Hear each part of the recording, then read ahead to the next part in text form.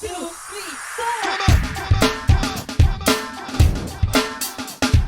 Hey everybody, welcome to Inside Quest. We're doing question and answers today with the community. This is my absolute favorite episode to do because this community has come to be so important and so encouraging and totally unlike anything else I've ever seen on YouTube before. It's such an honor to be a part of this group. So we're gonna be frequently taking your guys' questions, and today we've got King Zach.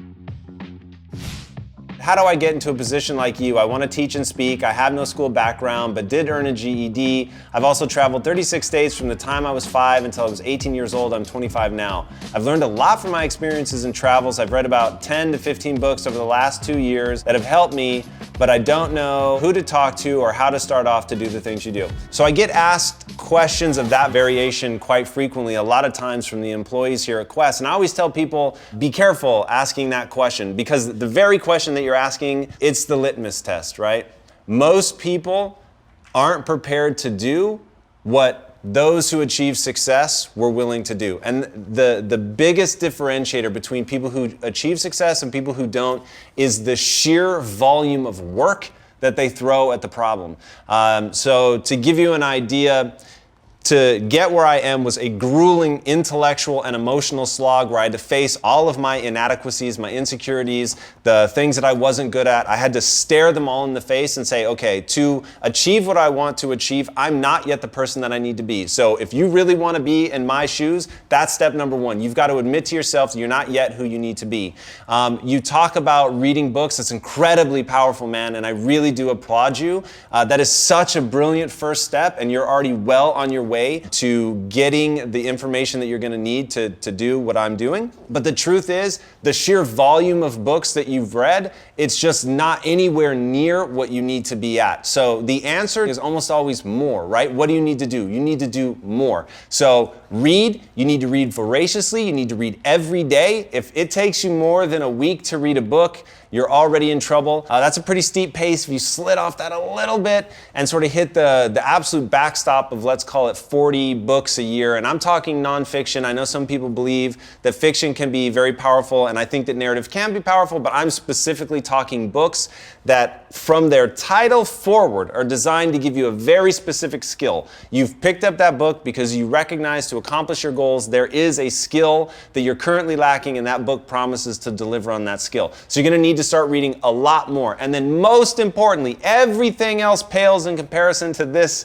Act today. So if you really want to be teaching and speaking, you need to find a way by the end of today to be teaching and speaking. And if that's grabbing your family members and getting them to sit down and listen to you for 5 minutes at the beginning of dinner, then so be it. Something that you read in your book that you want to explain to them. Or better yet, get them to tell you things. Show up with a list of questions and figure out what can you learn from each person at the table. Because now you're going to be engaging with them, learning and asking better questions, practicing being a learner, which is one of the most important things you could practice. They really may have useful information, by the way, that you can immediately put into your own life. And then because they're your family, they'll give you very candid feedback. If you don't have a lot of close family, go for friends. So it's just about going, being diligent, hyperactive, digging in every day with intention, pushing as hard as you can, and I hate to say it, but working way more hours than anyone else. I wake up absurdly early, and from the moment I wake up to the moment I go to bed, I'm trying to do something that's giving me a skill or is executing on a skill that I have in service of my goals. So, more. Next up, we have a question from YouTube from Michael. Do you have any books or resources that you would recommend to improve interviewing skills? Or that would give me more insight on how the employer approaches the hiring process?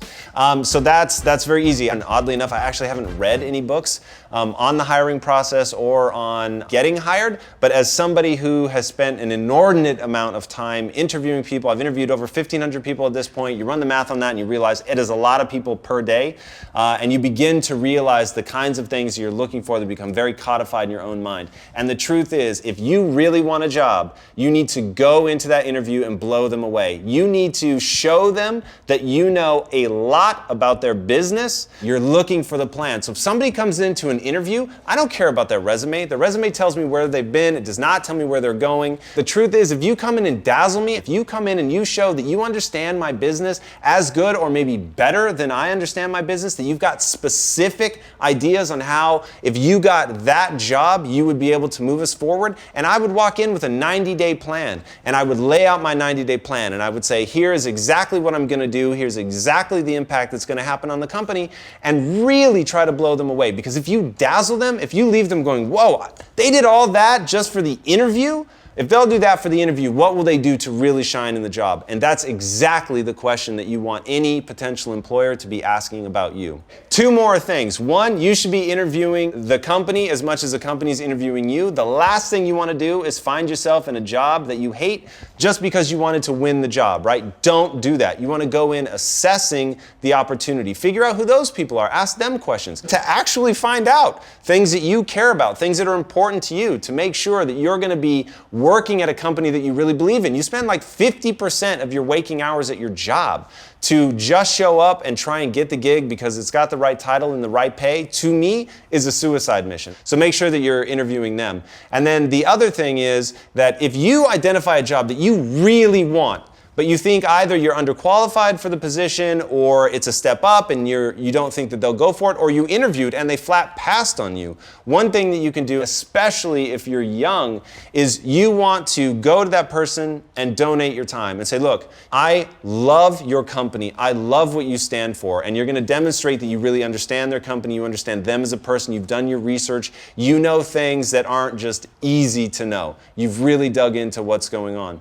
And you're going to demonstrate that knowledge and say, I want to work not at some company, I want to work at your company, not in any industry, in your industry. And I'm willing to prove that by donating my time to you and working as an intern for 90 days, completely unpaid. All I ask in return is knowledge. If you give me that, I will come in, I will work harder and smarter than anyone else on your payroll. If at the end of the 90 days you agree that I've worked harder and smarter than anyone else and I've proven myself to be valuable and you would rather pay me than lose me, then I will stay on in a paid position. If at the end of that time you don't agree that I'm worth what the role is offering, then we shake hands and part ways and no hard feelings. But at least in that time, you got some highly motivated labor and I got knowledge. And getting that knowledge is really the key. And if you get in, man, that is your chance to shine. Getting in the door and then proving through your actions that you're worth that role, that's everything. And to me, I would much rather have the chance to show myself, because if you're just trying to essentially trick someone into giving you the job and you've made your resume look as good as possible, but you're going to go in and underperform what they're expecting, that's never going to be a great relationship. There's only one path to success, and that's to set the bar ridiculously high and then come in and surpass all expectations. So you've got to have the willingness to go in and become the person you need to become to blow people away. Next up, we have a question from Tony. A few days ago, I had a conversation with a friend which reminded me of a challenge that I participated in about a year ago called the Perfect Day Challenge. I was wondering if you've ever participated in any challenge similar to that, and what sorts of things are you doing to fulfill achieving your perfect day? Thanks. To give you an honest answer about a perfect day is really complicated. There's two types of happiness. And I think when most people think about what their perfect day is, they're thinking momentary happiness, right? They're gonna tell you, I wanna be on a beach with the woman that I love, drinking cocktails and eating chocolate ice cream, right? It's gonna look something like that. And to be honest, that sounds pretty rad to me too. But it isn't what I would consider my perfect day. If I knew that it was going to be my last day, I would want it to be a day of fulfillment. And this is something, if you guys know Tony Robbins, we did an episode with Tony Robbins, which I highly encourage you guys to watch. But Tony talks about how fulfillment is really the thing that people want when they say that they want to be happy. And the difference between momentary happiness, a bowl of ice cream, right? A bowl of ice cream will put you in a good mood. It's legitimate happiness, but it's very fleeting and it goes away. What I call framework framework happiness or fulfillment is very different, and it's born around being something or becoming something that you're proud of, becoming something that is capable of accomplishing the goals that you want to accomplish, and in having the courage and the discipline to pursue that, to become that, to put in the work to change your life, to deliver value. And that's really important. To deliver value to other people, that's a perfect day. So for me, a perfect day would definitely include seeing somebody have that moment of awakening, which to me is very powerful. And what I mean by that is I feel like, and this certainly was true of myself, I feel like most people go through lives feeling like their life could be more, that they could do something better, and they don't know how to do it. And that moment when you see them awaken to realizing they have to take extreme ownership of everything in their life, and they have to take responsibility for every action in their life, and that life isn't going to happen for them, they're going to have to go out there and make it happen. And when you see them take ownership of that and see how freeing it is, but knowing that you can control every decision in your life, your decisions you can control, knowing that sets people free. And it's such a beautiful and cool moment. And I love that this show has been a part of that for some people. So that would be a huge thing for me. And then, man, honestly, snuggling up with my wife, who is the absolute center of my universe. I love that woman more than you can know. She is the collision of momentary happiness and framework happiness. One, just over time, my brain has learned to secrete an absurd amount of oxytocin and dopamine whenever I'm around her. So it's from a neurochemistry standpoint, it is awesome to be around her. And then from a framework standpoint, we've built a life together, and it's been incredible. And we've fallen on our faces together, and we've been scared together, and been clipping coupons together, and built something together. It's been truly incredible. So those are the two things that really would make up my day and happen to also bracket the realities of human happiness. So make sure that when you think about building a life around those two happinesses, that you're very thoughtful about what are the things that make you happy and just cheery. Like, I love comic books. I could see a business somehow, even if it never got big, I could see a business. Just being around comic books puts me in a good mood. Or video games. I love video games, and being around video games puts me in a good mood. So I could see that. And the reason that we chose Quest Nutrition was that moment of awakening to me is everything. And being able to help people get their body right, being able to help people get their minds right, like that's the major juice of life. But I also have the day-to-day of being around creative artists like the wonderful people that I'm surrounded by now, because that's something that's also incredibly meaningful to me. So just acknowledge, what are the things that make me happy momentarily? What are the things that make me happy from a framework perspective? And then build your life around that. Next up, we have a question from Kai on Twitter. If you, Tom, and your wife could live for 1,000 years, how would that change the way you currently live your life? That's actually a really fascinating question. There was a book that I read when I was pretty young that left a very long-lasting impact on me, and it's called Einstein's Dreams. And it's a bunch of short stories about time. And one of the stories is about this world where everybody lives forever, and the world breaks into two different kinds of people. Those who realize, hey, I have forever, and so they never end up doing anything because there's always time to do it tomorrow. And then there's the other kind of people who, because they have forever, they get to pursue everything they've ever loved, and there'll be enough time to do it all. That's the category that I would fall into, and I think my wife would as well. There's so many things that I'm passionate about in life. My biggest frustration is that there's just not enough waking hours to do all the things that I want with my life. If you guys have read the book of questions, I love that little book. It's like party questions that you can ask. And one of them was, would you trade half of everything you own to never need to sleep again? And when I was a kid, I was like, is this a trick question? Of course not. How ridiculous is that? I love sleep. I wouldn't give up a tenth of anything that I own to not need to sleep. And then as I got older and I realized all the things that I wanted to do took time to pull off. And the more I found things that I was really passionate about, the more I got frustrated with inefficiencies, not having enough time, needing to sleep, all became almost torturous. So yes, I would give up everything that I own to be able to sleep, because with the extra hours I could build it all back again. Now, to really get specific and answer the initial question, what would it specifically change about our lives? It really would just allow us to have major movements in our life. And already right now, I think of Quest Nutrition as sort of earmarked it at a 25-year movement because I think that's about how long it will take to accomplish the goal. But I'm very goal-oriented, and I set very specific goals, and then I go about gaining the skill set that I need in order to actually accomplish on that goal. And then by the time I reach that goal, I've usually got another goal that I'm moving forward, and oftentimes I have multiple goals going in different areas of my life. So I would start thinking longer term, possibly even grander areas to have success, whereas I may need to gain just an absolutely massive skill set that in and of itself isn't very interesting. It may take me 10 years to accomplish, but that when strung with the next thing that would also take an additional 10 years to accomplish, I can now do this truly massive and unbelievable thing. So it would really expand my sense of what is possible, because the one thing that I do look at as a limitation in my life is just the amount of time, and that you have to be very judicious in what you allocate your time to. And there are certainly things, even just on the pleasurable scale, that I don't spend as much time doing because they conflict with goals that I have that I consider more important. So it would allow me to really go hard and pursue all the things that I love. And now, Kai, you've got me really wishing that I had my 1,000 years. So I'll be working for that. And hey, as a random ass side note, I actually don't plan to die. So why limit me at 1,000 years, Kai? That's the real question. All right, next up from Oh My Throwback, and this is from YouTube. Is there further information on modeling and the process of achieving more in less time? This is regarding the Tony Robbins episode.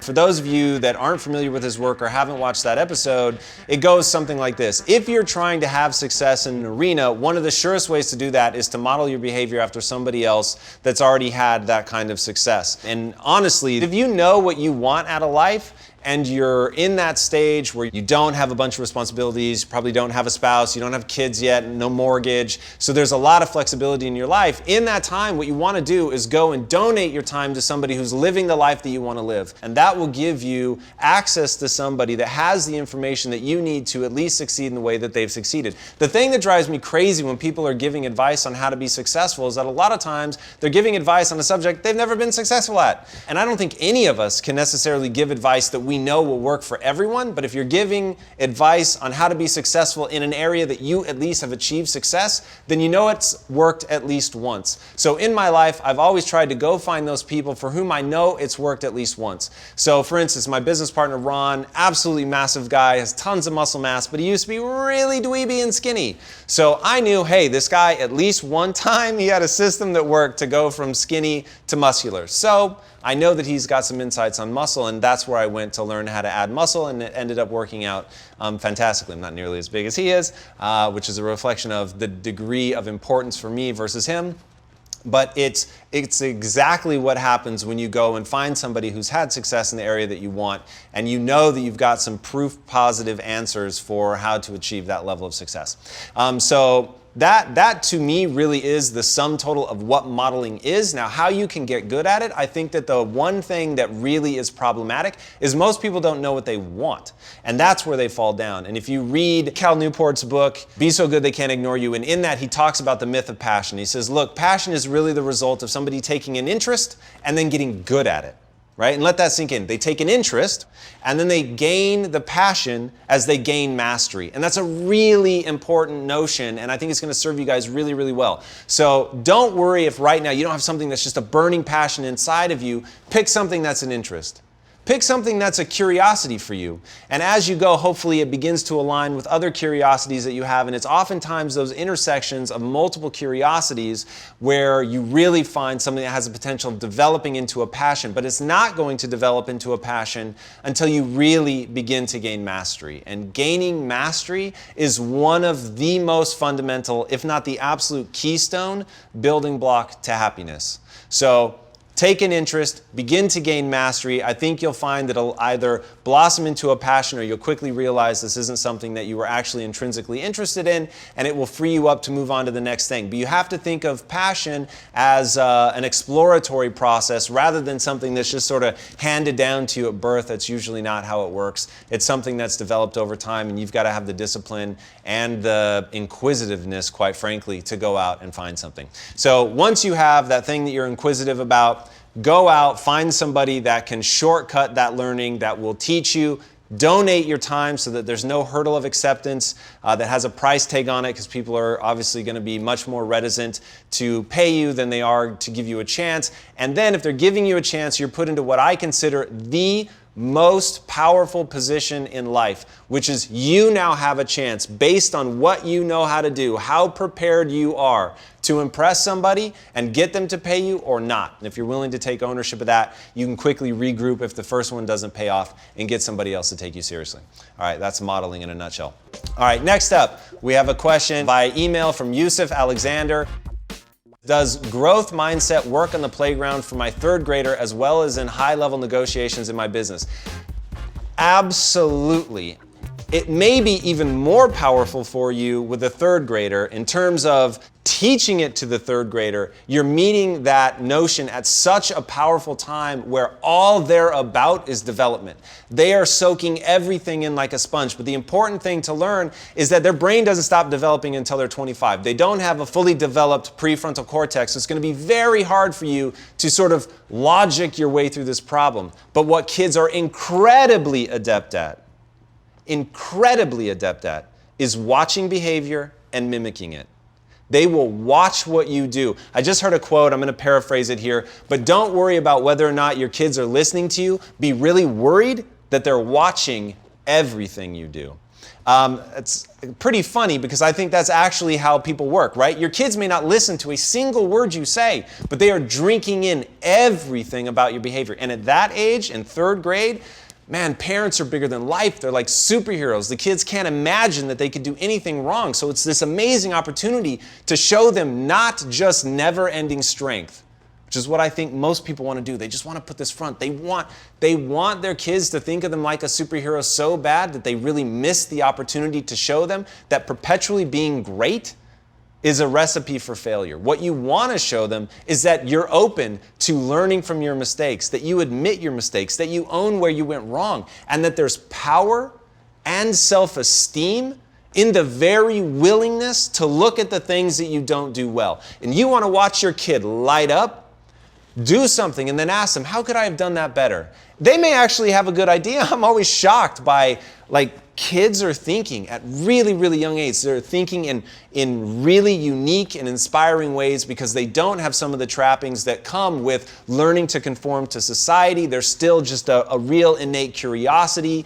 They haven't ruled things out. They have truly the naivete of the beginner, and it may actually be useful for you. But even if it's not, even if every idea that they give you is terrible, the fact that you asked, the fact that you took the time to show that you value their opinion, the fact that you took the time to show that you want to learn, that you want to grow, that you don't come from a position of saying, hey, I know everything, because then that sets them up that, whoa, this person that I admire, that I think is amazing, what makes them amazing is that they're invincible, that they know everything.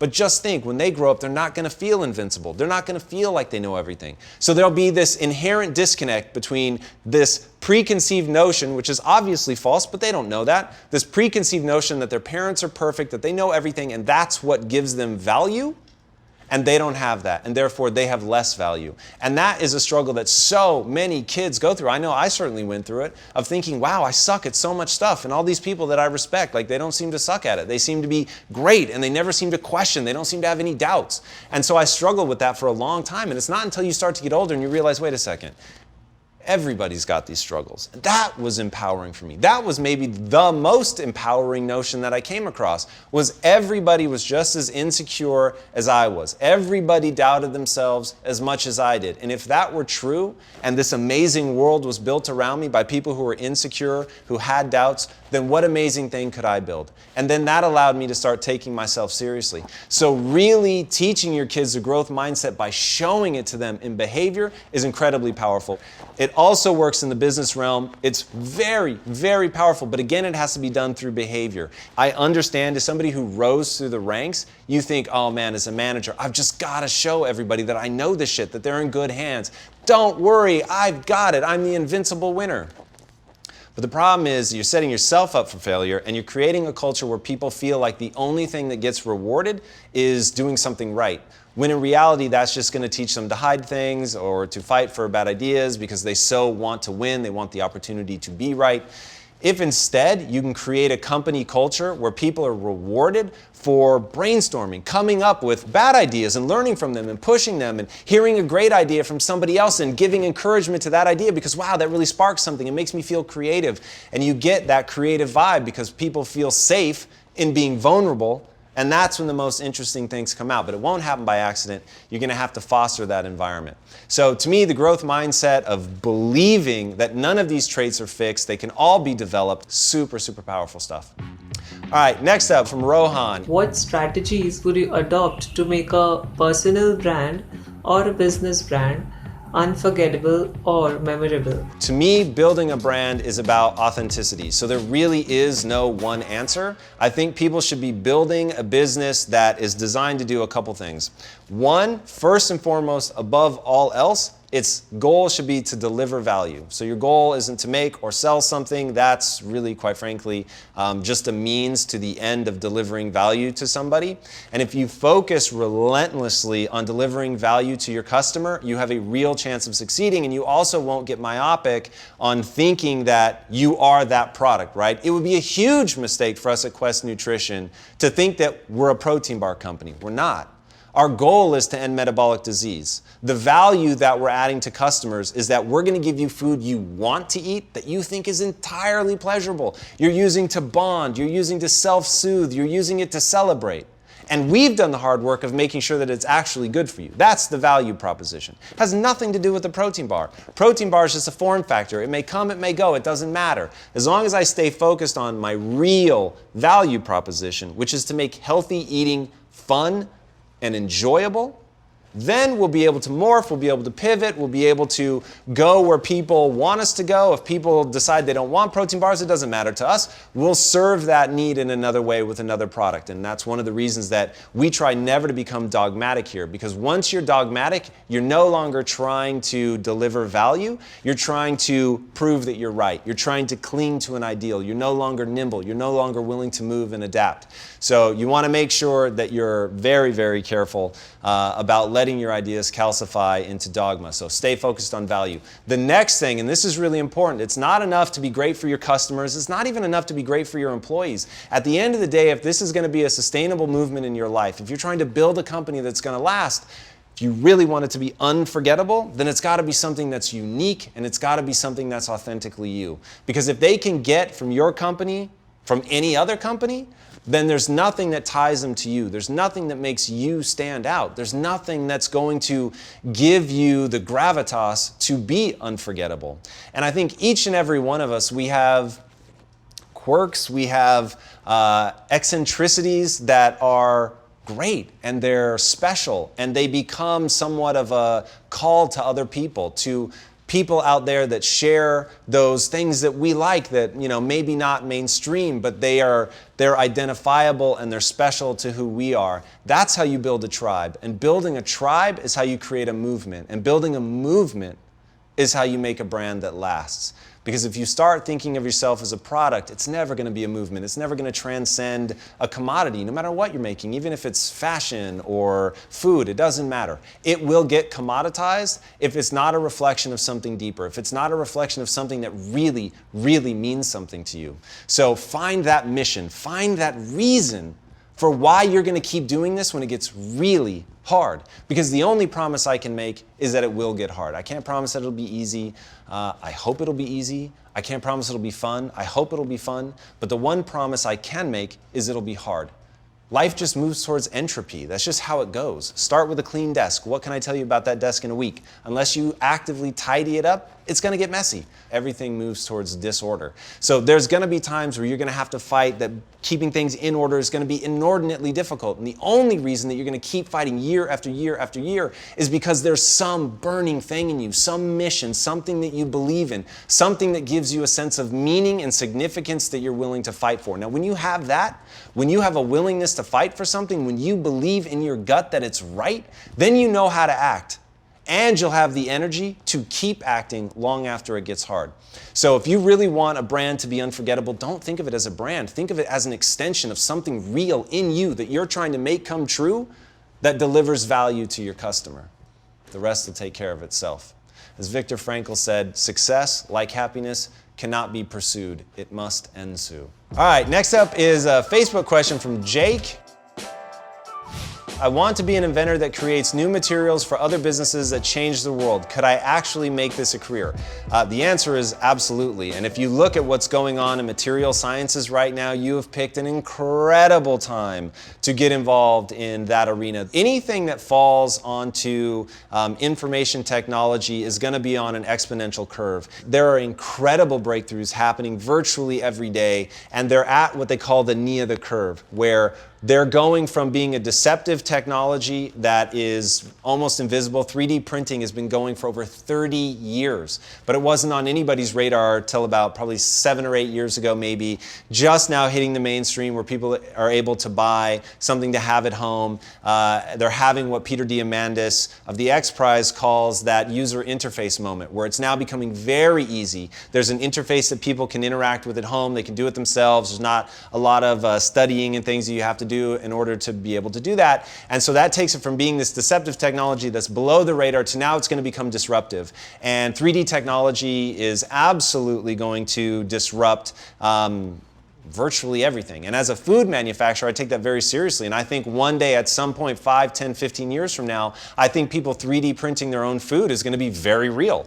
And we have to take that into consideration because our goal is to deliver value, right? So right now we make protein bars, we make protein powders, protein chips, things like that. But that may not be the way that we serve our real mission of ending metabolic disease by making healthy eating fun in the future. We may start making recipes that we send over the blockchain out into 3D printing, and everybody's printing their own stuff at home. Who knows, right? The future brings all kinds of crazy stuff. But the key for you, if you really want to make a career out of this, it is all about learning. You're going to need to know more about material sciences than anybody else. That's got to be the goal. And as you go down that path, as you get better, as you learn more, it'll either turn into a passion or you're going to realize that it's not for you. But as you get that momentum of learning about it, turning into a passion, you can start to get a base of knowledge that's big enough, that's broad enough, that you could also begin contributing to the breakthroughs. And there's some really fascinating studies coming out right now that talk about how people that are multidisciplinary, that say are studying the arts as well as the sciences, are the ones that have the most meaningful breakthroughs. So it's that collision, if you can make it happen, not shut down your other interests, but keep them up, keep yourself in a very creative space, but chase that base of knowledge that's going to let you do something meaningful. And just as a broad note, that question could have been anything. I have a passion for soccer, but I'm in a wheelchair. Can I make it a career? Absolutely. There's 1,000 ways to interact with anything that's your passion. You can come at it from different angles. You could become a coach. You could become a commentator. You could become an analyst. You could become somebody working in the finance department for your favorite team. Whatever the case may be, there are so many ways to interact with that thing that you love. It just may be from a skewed angle, but you've got to be willing to look at it from unconventional means and find something that resonates with you and the way that you want to interact with it, and finding your strengths, right? So if you're in a wheelchair, chances are, if you want to be involved in the English Premiership, you're probably not going to be out on the field, but you could still engage with it in an incredibly meaningful way. It's about finding where your other interests intersect with that sport, what it is that you love about that sport. And that will take you in the direction of what will ultimately allow you to engage in a meaningful way. Anybody that can deliver value can make a career, right? Say that to yourself all day, every day. If you find a way to deliver value to a customer, you can monetize anything. It's about delivering value. So you just have to find that avenue, that underserved avenue where there's pent-up desire for something, but nobody is delivering the value in that way, and then deliver that value to those people. People will pay for value. You can monetize anything. If you think I'm crazy, there are people right now making money letting other people watch them play video games. It's absolutely crazy. It's utterly amazing. It's breathtaking and beautiful. I love it. And to Gothalion, King Gothalion, I thank you, my friend. You have helped me get better at Destiny. You are one of the streamers that I follow. So, hey, you can make a living doing just about anything. You just have to find that thing that you're truly passionate about. You're willing to get so good at it that you can deliver more value than anybody else. All right, next up we have Alfred. What are the 3 most influential books you have ever read? It's going to be different for everybody. I'm going to give you a really weird answer. But before I do that, I encourage you to go look at the list of books that I have up on InsideQuest.com. It's what I consider the perfect reading list. It's in order, and it's all the books that I think you need to read in order to find success, because it's going to give you all the tools mentally that you're going to need to overcome the natural limitations of being a human. It will frame things well for you. It will give you very concrete tactics and tools that you'll be able to use to go on and do whatever it is that you want. And the most foundational book on there is Carol Dweck's Mindset, which is just astonishing in laying the groundwork for a growth mindset that you'll need to really assimilate the information in all the other books. Now, for me personally, the most influential book, if I say anything other than Stephen King's The Gunslinger, I'd be lying. Now, it's a fiction book, and I don't really read fiction anymore. That's another story. But the reason that book was so influential for me was I didn't think I liked reading. In fact, I thought I hated reading. And my dad said, that's actually not true. Everybody likes reading, and people who say that they don't like reading just haven't found the books that tell the kinds of stories that they're interested in. So when I was about to give up on reading, I was 13 years old, my dad said, look, I want you to read this book. It's called The Gunslinger.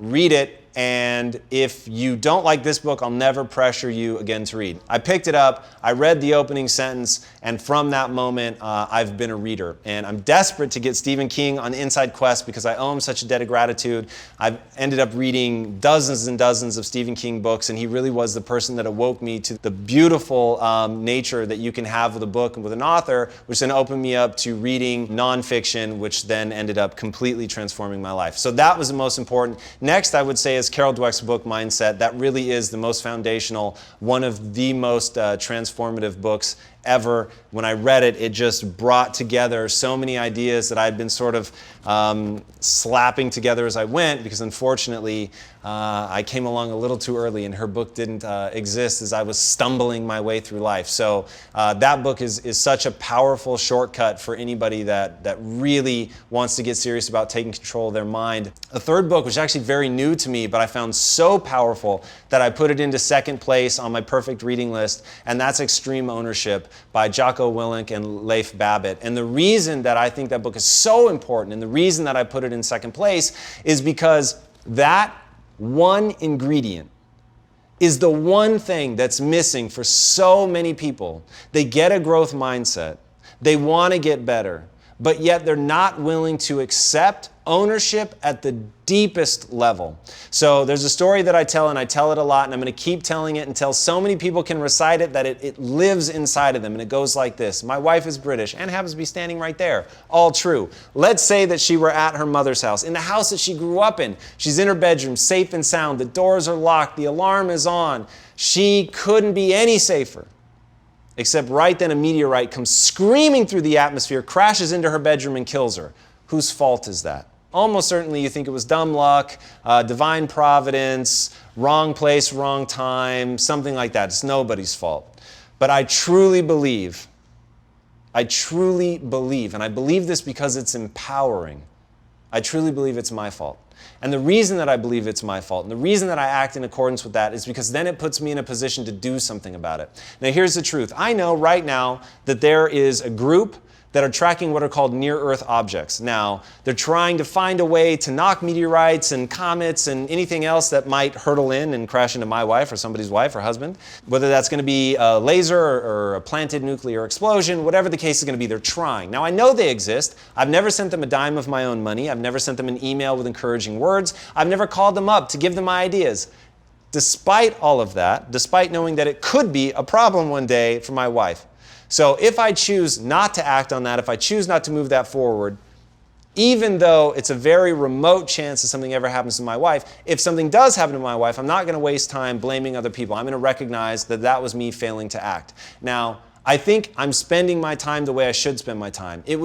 Just the likelihood of that happening to my wife is virtually zero. So to put a lot of time and energy into that does not make sense. So I'm not saying it's my fault to take blame or to feel badly about myself. The only thing I would feel if my wife were struck by a meteorite is deeply saddened and lost because of losing the love of my life. but I wouldn't waste time blaming somebody else. You've got to take ownership of everything that happens in your life simply for the fact of reminding you that you could always have made different choices. I could have contributed to that effort to find a way to knock things like that off course, or to making better systems so that we could see it coming, so that we knew exactly where it was going to land, so I could make sure that she wasn't there. But I didn't do any of that, and all of that was a choice. So I tell that story specifically because I know how absurd it sounds, but you can imagine if I think that about a meteorite, and I really do think that, you can imagine how I feel when someone misses a deadline or I fail to accomplish something that I'm trying to do. I never pass the buck. I always take the ownership on myself. And that, to me, having a growth mindset and taking ownership yourself, those are the two most powerful changes that you could make to your mindset if you want to be successful. But you have to embody it. You can't just say it or repeat it. Retelling that story but not acting in accordance with it doesn't do you any good. You have to embody it. All right, the next question comes from Joseph Savino via YouTube. What is Quest University becoming? Well, if I'm completely honest, Quest University isn't becoming anything yet. I have a vision for what I want Quest University to become, and I have a growing suspicion that there's going to need to be a change in the way that higher education happens. Right now, people are going to college, they're getting massive amounts of debt, and they're not necessarily being taught the things that they need to be taught if they want to be successful. So I don't care what you want to do in life. The two most powerful books that you could read are Mindset by Carol Dweck and Extreme Ownership by Jocko Willink and Leif Babbitt. And yet, I've got to imagine that the vast majority of colleges out there don't teach it, and even the ones that do teach it, is it a requirement to graduate? Probably not. Those are the two most profound things that you could do, read, understand, and embody if you want to be successful. And yet the education system isn't ensuring that you encounter that you understand it, that you embody it. So I think that best case scenario, there are issues in education that need to be solved. Now, I went to school, I got my degree, I'm very happy that I did it, so I'm certainly not saying that it's a waste. I just think that there are some refinements. Also, the promise that I make to any employee that comes into Quest Nutrition is that Quest is going to be the most beautiful thing that ever happened to you. And somebody with a growth mindset who wants to see people grow and get the skills that they need to go and do what they want to do in life, I know that education is going to have to be a big part of that. Now, if I'm really honest, we're going to start small, we're going to build, we're going to get little wins, and we're going to build on that success. I'm not trying to build, big buildings and bring in an entire staff of educators right off in the beginning. IQ is really the first step to introduce people to new ideas. So that's Quest University Beta. As we grow and get bigger, there's places like Singularity University, who I'd love to find a way to partner with. I think they're doing some incredible things. They're very short, intensive courses designed to really incubate and get people to come up with ideas that could be enacted on immediately. And then also, being in a manufacturing space, there's basic skills that we want to help teach people, from English language to basic accounting. And there's just really fundamental things that if people take care of and learn about, that it will make their life better. And I'm not at all worried about just giving people skills that will help them here. My promise to the employees is that we want to help you do what you want to accomplish in life. So I'm not worried about me. Don't show up worried about Quest. Don't show up worried about Tom Run Mike. Show up every day thinking, am I still moving towards my goals here? And if you are, then stay and double down and continue to work hard. But if you're not, you really need to find that opportunity that's going to help you live your most authentic and powerful life. So Quest University will continue to develop with the goal of doing that, providing the individualized value to people that they need to succeed in the way that they want to succeed. All right, guys, thank you so much for submitting your questions. This community really, really is incredible. It's the support you give each other that means the most to me, and I love getting your questions and seeing the things that are weighing on your mind. It helps us with guest selection to know what you guys really want more of, and it's a lot of fun to just connect with you guys. So thank you so much for submitting those. We'll be doing these regularly, so keep the questions coming. Until next time, my friends, be legendary. Take care.